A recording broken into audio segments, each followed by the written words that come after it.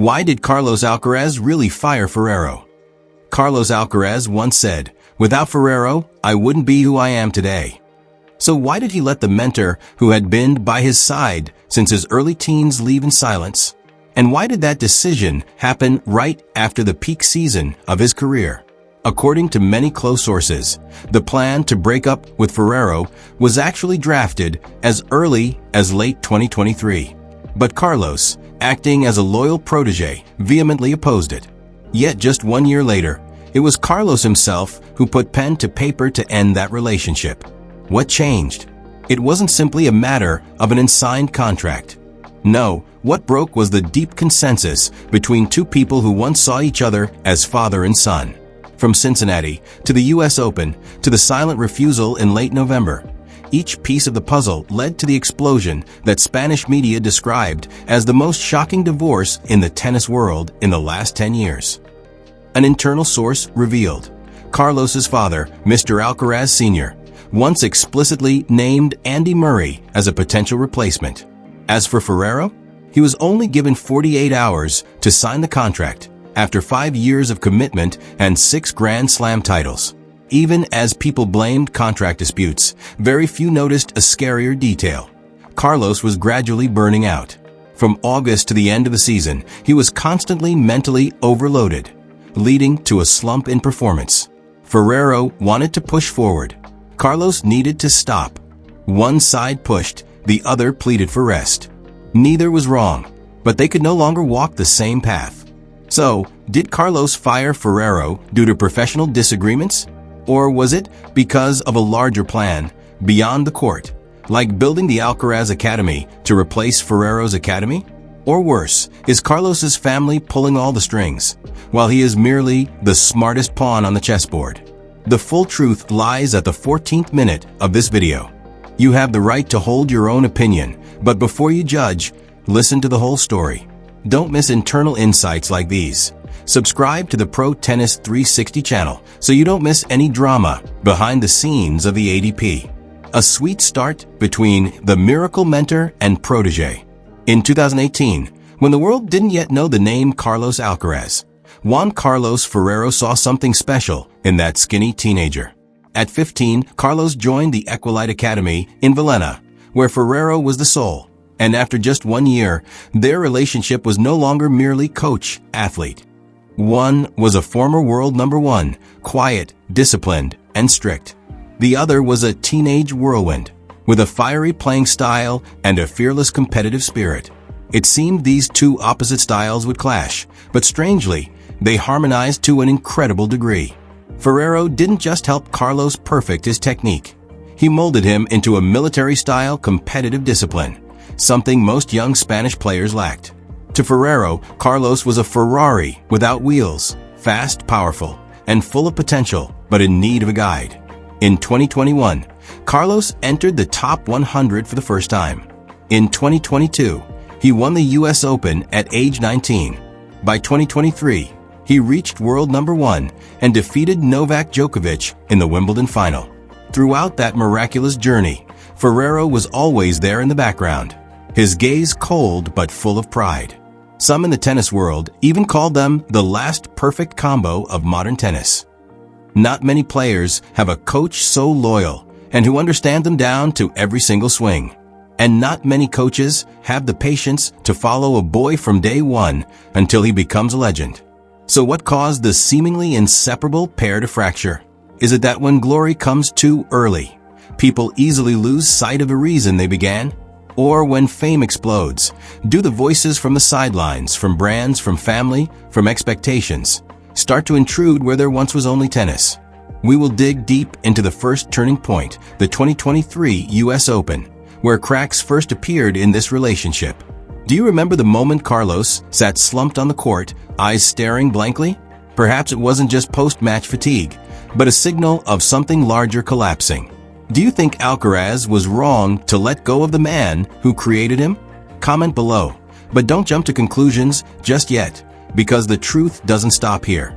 Why did Carlos Alcaraz really fire Ferrero? Carlos Alcaraz once said, "Without Ferrero, I wouldn't be who I am today." So why did he let the mentor who had been by his side since his early teens leave in silence? And why did that decision happen right after the peak season of his career? According to many close sources, the plan to break up with Ferrero was actually drafted as early as late 2023.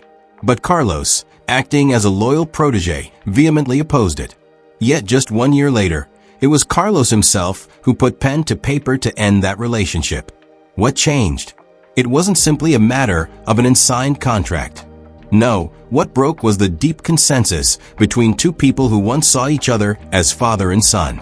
From Cincinnati to the US Open to the silent refusal in late November, each piece of the puzzle led to the explosion that Spanish media described as the most shocking divorce in the tennis world in the last 10 years.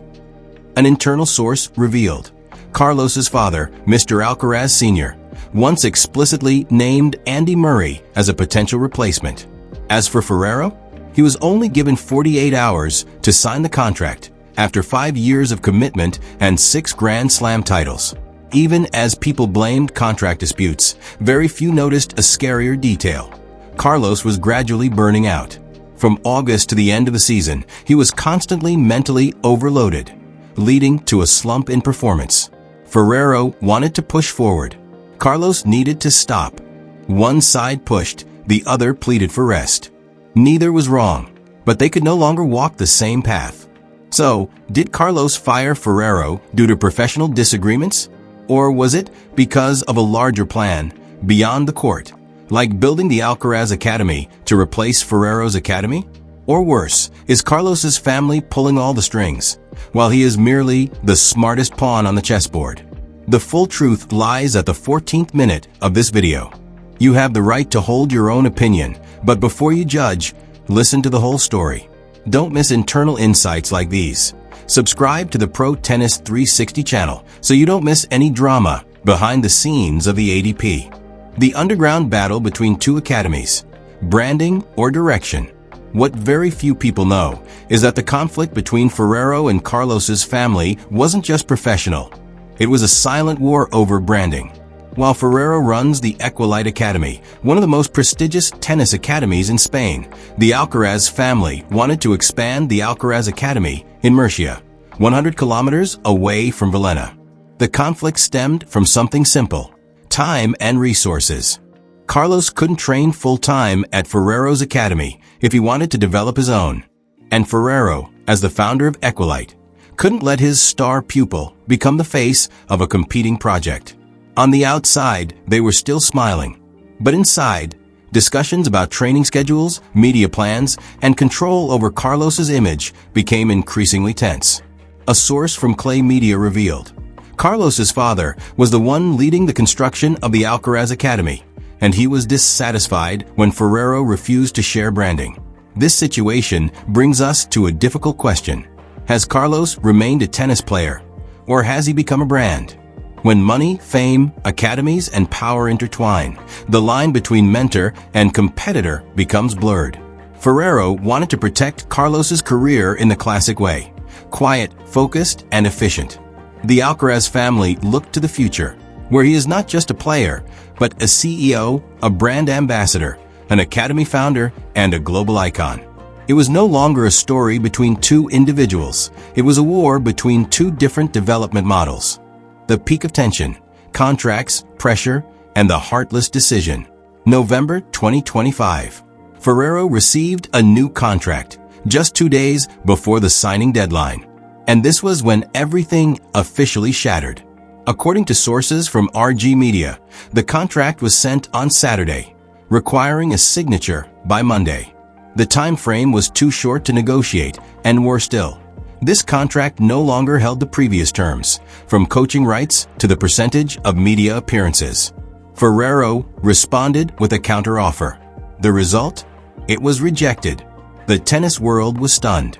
Some ADP insiders called it the quietest but bitterest firing of the year. The heartbreaking part was, Carlos didn't say a word. He didn't speak up. He didn't protect Ferrero. He didn't answer the press. Only a few days later did he post a brief message on Instagram. "Thank you for everything. You weren't just a coach, but a mentor, a second father." But for those who had watched them go through Grand Slam seasons together, that thank you sounded like an insincere goodbye. Tony Nadal, Rafael Nadal's uncle, remarked cryptically, "Nothing happens in the Alcaraz team without Carlos's approval." And that might be the most important detail. Ferrero wouldn't have been ousted if Carlos hadn't allowed it. This transformed Carlos from a victim of pressure into the decision-maker. Was he forced? Perhaps. But it's also possible he had changed, from a dreaming boy into a pragmatic champion. And in that case, the old mentor was just a chapter that had ended. The reluctant replacement, when even Murray couldn't save it. Do you know who was once nominated to replace Ferrero? Andy Murray. Yes, the UK legend, former world number 1, who shared a similarly resilient playing style to Carlos. This information isn't a rumor. A person close to the Alcaraz team confirmed. Carlos's family had locked in Murray since December 2024. And even more surprisingly, Carlos didn't object. This was startling. A year earlier, Carlos had bluntly refused any replacement options. Even when the family presented a list of candidates, Carlos dismissed them all. So why the silence this time? The answer came from an event beyond their control. Novak Djokovic acted first. Djokovic quietly recruited Murray for a strategic advisor role at the Serbia Open. And by the time Alcaraz reached out, Murray's schedule was no longer free. This failure put Carlos in a dilemma. Ferrero was gone. Murray had been snatched away. And so, the final choice was a name no one expected. Flavio Coballi, a young Italian coach known more for ITF tournaments than Grand Slams. This sudden change didn't just rattle the tennis world. It raised a massive question. Did Carlos actually have a plan, or was he just playing a reactive move? Losing Murray to Djokovic wasn't just a strategic failure. It showed the Alcaraz team wasn't truly in agreement on building the future. And in that void, people began to wonder, who is actually leading Carlos? If it's not Ferrero, not Murray, and it's unclear how much of a voice Coballi has, then is Carlos leading himself, or letting others lead for him? A great player needs more than just physical strength and technique. They need a launch pad. And right now, Carlos looks like a rocket that has lost its control station. And the shadows, the second power role of the father. In every upheaval over the last 2 years, there has been one figure always standing behind every decision, yet rarely speaking up. Mr. Alcaraz Sr., Carlos's father. A father who was once a semi-pro player, the man who first put a racket in his son's hand at age 4, and the one who followed Carlos from the smallest tournaments in Murcia. He isn't noisy. He doesn't appear much in the media. But to those in the industry, he is the underground CEO of Carlos's career. And it was he, according to a source from Clay Media, who initiated the breakup with Ferrero. The reason?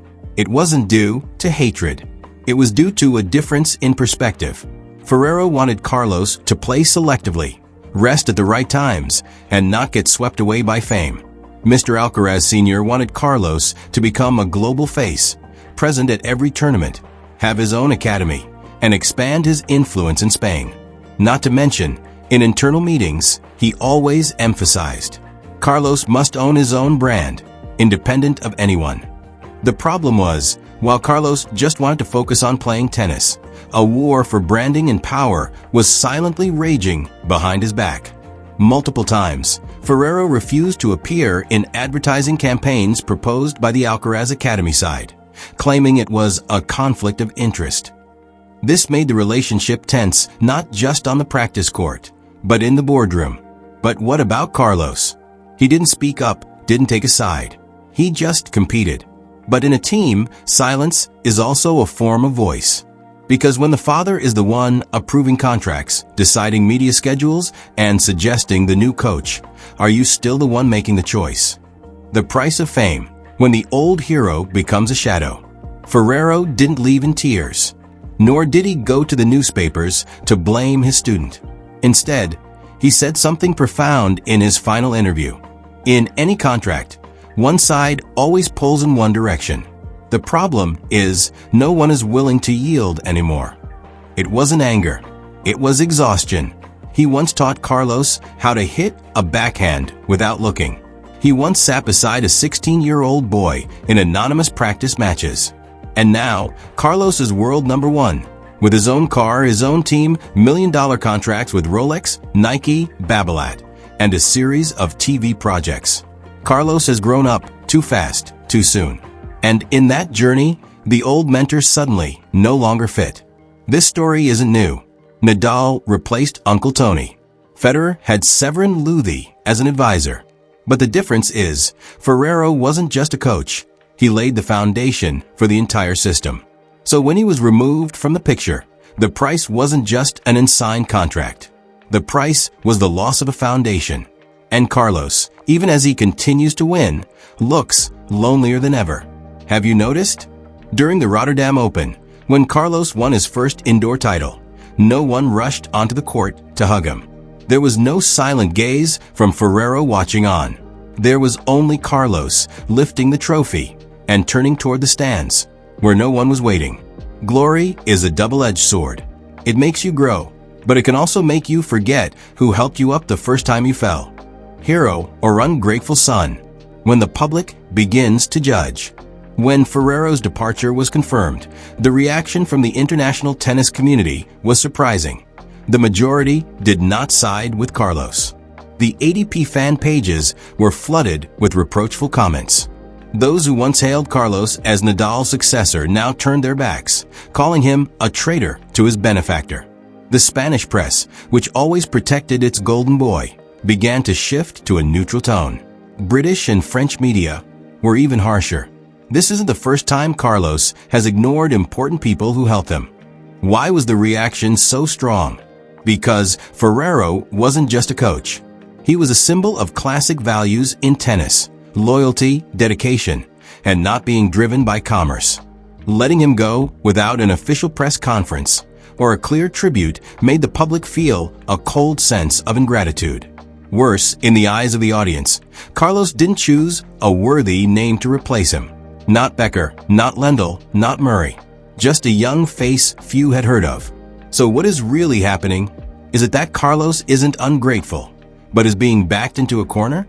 By the pressure of fame, family expectations, and an overwhelming commercial media system?